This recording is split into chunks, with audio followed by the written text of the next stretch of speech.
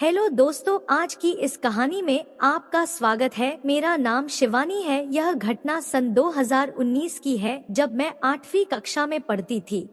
उस समय के दिन जैसे ही आते थे, मुझे आज भी याद है। हम सभी बच्चे स्कूल में अपने शिक्षकों को गुरुजी और मैडम जी कहकर बुलाते थे। मेरे माता पिता की जिंदगी का एक सामान्य सा दिन था, लेकिन उस दिन एक अनहोनी की शुरुआत हो रही थी जो मेरे जीवन को हमेशा के लिए बदल देने वाली थी। मेरी मम्मी उस समय 32 साल की थी, लेकिन आज भी वह बेहद खूबसूरत है।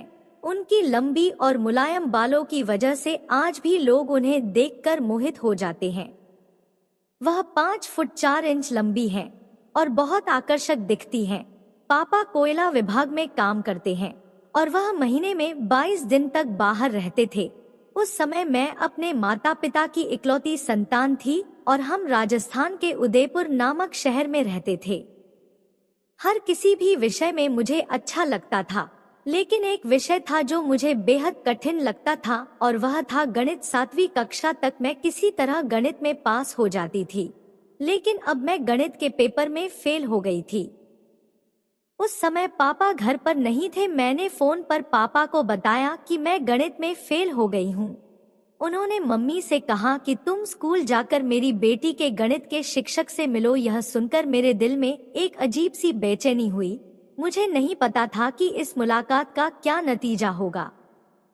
अगले दिन मम्मी मेरी स्कूल गई। शाम को मैंने मम्मी से पूछा, मम्मी क्या गुरुजी ने क्या कहा? मम्मी ने कहा, तुम्हारे गुरुजी ने मुझे कल शाम 6 बजे उनके घर आने को कहा है। वह तुम्हारी परीक्षा की कॉपी फिर से जांचेंगे। यह सुनकर मुझे एक अजीब सा महसूस हुआ। क्या जरूरत थी गुरुजी को मम्मी को घर बुलाने की? रात भर यही सोचते सोचते मुझे नींद नहीं आई। मैंने तय किया कि अगले दिन शाम को गुरुजी के घर जाऊंगी और देखूंगी कि उन्होंने मम्मी को क्यों बुलाया है। मुझे गुरुजी का घर पता था, जो शहर के बाहर जंगल के रास्ते पर अकेले एक मिट्टी के मकान में था। शाम के करीब 7 बजे मैं उनके घर पहुंची और छत पर जाकर छिप गई। वहीं से मैं सब कुछ देख सकती थी। गुरुजी वहां थे, व्यायाम कर रहे थे। तभी दरवाजे पर दस्तक हुई। उन्होंने दरवाजा खोला और मेरी मम्मी अंदर आई। मम्मी को देखकर मैं चौंकी, क्योंकि उन्होंने मेकअप किया हुआ था। लाल रंग की साड़ी में वह बहुत खूबसूरत लग रही थी। मैंने पहली बार मम्मी को इस रूप में देखा और मेरा दिल तेजी से धड़कने लगा। मुझे समझ नहीं आ रहा था कि मुझे क्या करना चाहिए। मैं चुपचाप छिपी रही। मम्मी ने गुरुजी से कहा, आपने कहा था कि आप मेरी बेटी की परीक्षा की कॉपी फिर से जांचेंगे। गुरुजी ने कहा, ठीक है, मैं करता हूँ। वह अपनी बेडरूम में गए और परीक्षा की कॉपी लाए। उन्होंने देखा और कहा, मैं इसे पास नहीं कर सकता क्योंकि उसने केवल एक सवाल का जवाब दिया है और वह भी गलत है। मम्मी ने उनके पैरों पर गिरकर रोना शुरू कर दिया। मुझे बहुत गुस्सा आया, लेकिन फिर मैंने देखा कि गुरुजी ने मम्मी को उठाया और अपने बेडरूम में ले गए।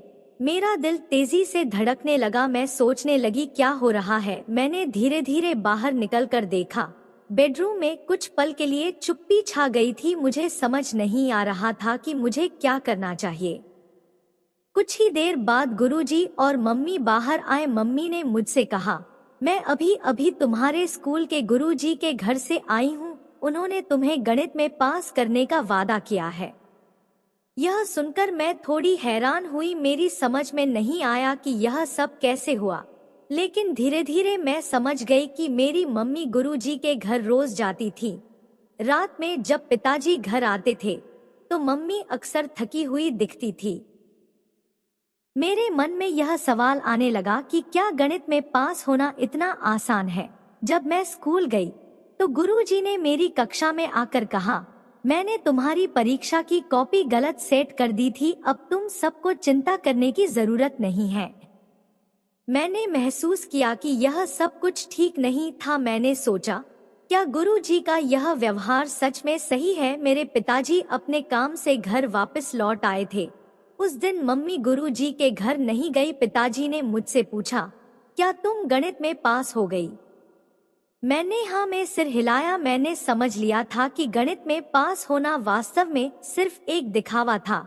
धीरे धीरे 20-25 दिन बीत गए। एक दिन मेरी मम्मी को चक्कर आने लगे। उसने डॉक्टर को दिखाया और मुझे बताया कि वह गर्भवती है। यह सुनकर मुझे एक तरह की खुशी मिली, लेकिन साथ ही मुझे चिंता भी थी कि क्या यह सब सही था। मम्मी के गर्भवती होने के बाद वह घर पर ही रहने लगी। पिताजी अब मेरे बारे में ध्यान देने लगे। लेकिन जब मैं 9वीं कक्षा में पहुंची तो मुझे गणित की कठिनाइयों का सामना करना पड़ा। मैंने गणित की स्पेशल क्लास में एडमिशन लिया, लेकिन मेरी स्थिति और खराब हो गई।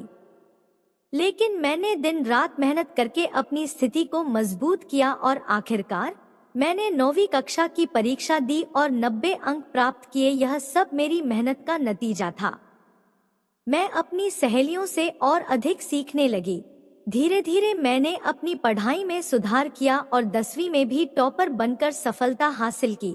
लेकिन मैं मेरी माँ और मेरे गुरुजी के बीच क्या चल रहा था, इससे अभी तक अनजान थी और इस बात को 2 साल होने को थे। लेकिन एक दिन मुझसे रहा नहीं गया और मैंने अपनी माँ का पीछा करना शुरू कर दिया। जैसे ही माँ गुरुजी के घर में गई तो वो मेरी माँ को अपने साथ कमरे में ले गए और ये राज मेरे लिए एक राज ही बना रह गया। खैर, चाहे कुछ भी हो, मैंने अपनी माँ की बदौलत अपने जीवन में कई उपलब्धियों को हासिल किया और आज मैं अपने माँ पापा के साथ बहुत खुश हूँ। साथ ही मेरी सरकारी नौकरी भी लग गई है, जिसके कारण हमारे घर में अब पैसों की कोई कमी नहीं रहती और हम मिलजुल कर खुशी से अपना जीवन व्यतीत कर रहे हैं।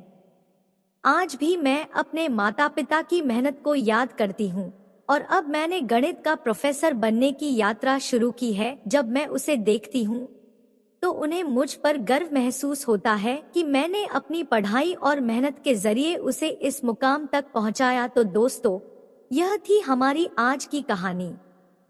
अगर आपको यह कहानी पसंद आई हो तो इसे लाइक करें और अपने दोस्तों के साथ शेयर करें। आगे भी ऐसे ही रोमांचक और प्रेरणादायक कहानियों के लिए हमारे चैनल स्टोरीज 2.0 को सब्सक्राइब करें ताकि आप हमारी कोई भी कहानी मिस ना करें। धन्यवाद। मिलते हैं नई कहानी के साथ। तब तक ख्याल रखें अपना और अपने परिवार का।